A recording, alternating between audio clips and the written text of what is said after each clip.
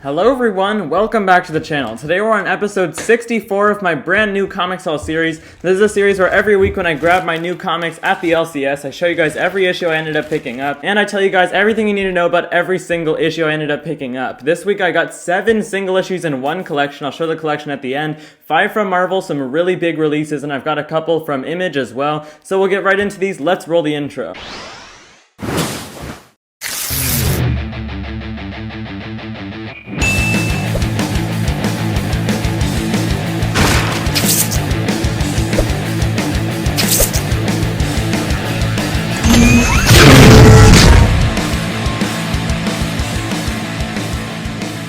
Again, a huge shout out goes out to Radical Toys for making that awesome animated intro. His link will be down in the description, but let's get right into this. Like I said, we've got a big haul this week, so I'll try to go through these books fairly quickly. We'll start it off with my most anticipated issue of the week, and we've got The Amazing Spider-Man #1. The Amazing Spider-Man relaunching with a brand new ongoing series, Zeb Wells as the new ongoing writer, John Romita Jr. as the new penciler. I will say, the artwork in here looks really clean. The colors work really well, John Romita's style. I've not always been the biggest fan of his artwork, but I think it works in certain cases, and it looks like this is really gonna work. I'm super hyped for this series as it continues going on, but I'm definitely gonna be putting out a review of this first issue at least, so make sure to look out for that. A new direction for Spider-Man for his 60th anniversary. Tombstone is gonna be a villain in this. It's all leading to number 900, because this is legacy numbering number 895, right? If you count every run that's happened so far, that's how many actual issues of Spider-Man have come out. Really don't know what to expect from this. Hopefully the writing is good. I want some good, funny banter from Spider-Man. Look out for that review, and if you guys have already read this, I'm really curious to know your thoughts on the issue down in the comment section below. Alright then, like I said, we've got a really big week of comics this week, so let's keep on going through these. The next one that I've got from Marvel Comics this week is a huge oversized issue. This is Thor, issue number 750, so it's a milestone issue. The actual regular numbering is just 24 for it though, but we do have a bunch of different backup stories in this issue, as well as the main story, which is just done by Donny Cates and Nick Klein. They're of course the regular ongoing creative team on Thor. They just wrapped up the God of Hammer story arc, which left some really big scars on Thor.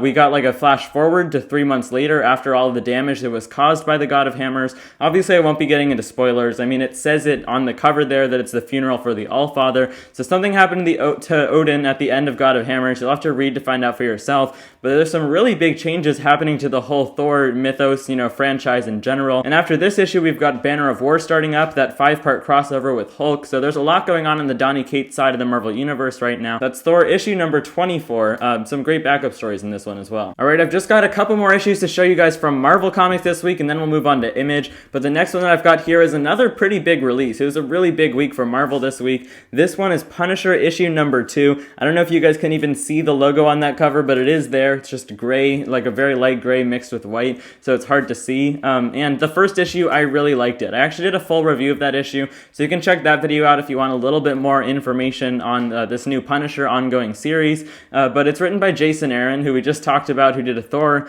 part in that story. I'm actually not sure if this is ongoing. I think I read somewhere that it might be 13 issues. In the first issue of Punisher, though, we saw this new status quo for Frank Castle. Basically, he's been hired by the Hand. I won't get too into spoilers, because you guys got to read that first issue for yourself. And he's basically doing work for the Hand, except he's sort of a leader as well. There's also some sort of mentor that's been guiding him, and I've heard that in this issue it almost kind of retcons his origin in a way, and it turns out that the Hand might have had some little dealings with him as a kid and influenced the way that he grew up, the way that he became the Punisher in the first place. I don't really know how I feel about that. A lot of people were kind of angry about that I've read reviews of this issue so far. That's Punisher number 2. Alright then, let's finish off the Marvel Comics section of this video. I've got one more issue to show you guys that came out from them this week, and that's Alien issue number 11. That is an awesome cover right there. I can't say I know the name of who drew it, but really well done, with the Xenomorph standing on a car there with just the blue sky background. Kind of gives us an idea of what the setting is in this current story arc of Alien, and this I think is the penultimate issue of that. The wrap up to this 6-part story arc is next issue. It's been set on this planet that these people have terraformed, an alien planet, and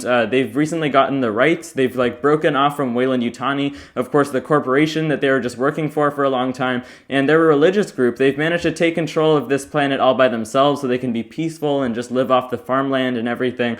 But suddenly, Weyland-Yutani has purposefully, it seems, crash-landed this ship that had a bunch of xenomorphs in it. The whole crew was dead, and now the xenomorphs have been unleashed, all these aliens on the planet, and they've been killing off all the people one by one. I think it's maybe been a month or two since we've had an issue of this series. They've had some pretty big breaks in between issues lately. The series has been decent so far. I might consider dropping it if it doesn't really pick up any momentum in the next story arc. We'll see though. Really great cover. Alien number 11. Alright then, let's move on to Image Comics. I ended up picking up 2 single issues from them this week and also a trade paperback that I'll show at the very end of the video. But let's get this started with Saga. This is issue number 58. This comic still costs $3 and I've been really liking its return so far. I read the entire Saga series until its big 3-year hiatus that it had in the compendium format. I really liked it. I blazed through that whole compendium, and now I've been getting the single issues ever since they came back a few months ago, and it's just been continuing this ongoing story about this girl named Hazel. She's like a crossbreed between the Landfallians, who are these creatures that have wings on their back,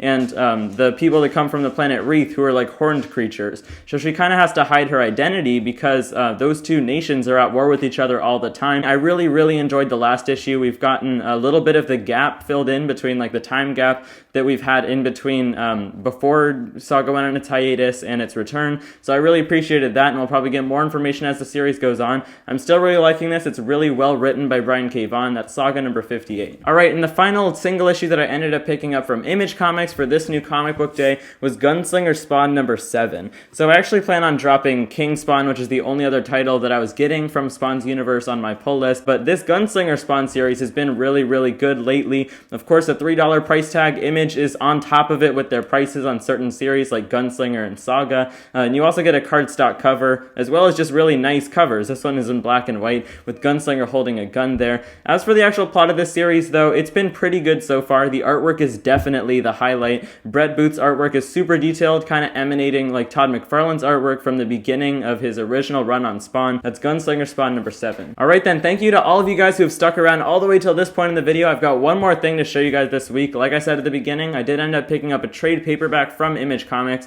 I'll go over this really quickly, but this is the Department of Truth Volume 3, Free Country. I'm not going to put this on the stand because I'm worried it's just going to break, but Department of Truth has been a really great series so far. I've been reading it in the trade paperback format, so this is the 3rd collection, and this is actually kind of a special one because it collects, this says it's issues 6 and 7, as well as issues 14 through 17, so it's little bits and pieces of the run so far, but basically the Department of Truth is like this special American department that not too many people know about, and their job is to get rid of these conspiracy theories, because in this world of the Department of Truth, if enough people believe in a conspiracy theory, if the rumor spreads about it, then it can actually manifest and become true. This one though is kind of a detour. This is like 6 different one-shot tales that are all by different artists than the main one on this series that just are, I guess they're called deviations from what I've seen. Well, alright then, that was every single one of the brand new issues that I ended up picking up for New Comic Book Day this week. The standout issues are definitely Amazing Spider-Man as well as Thor, because that was a $9 oversized issue.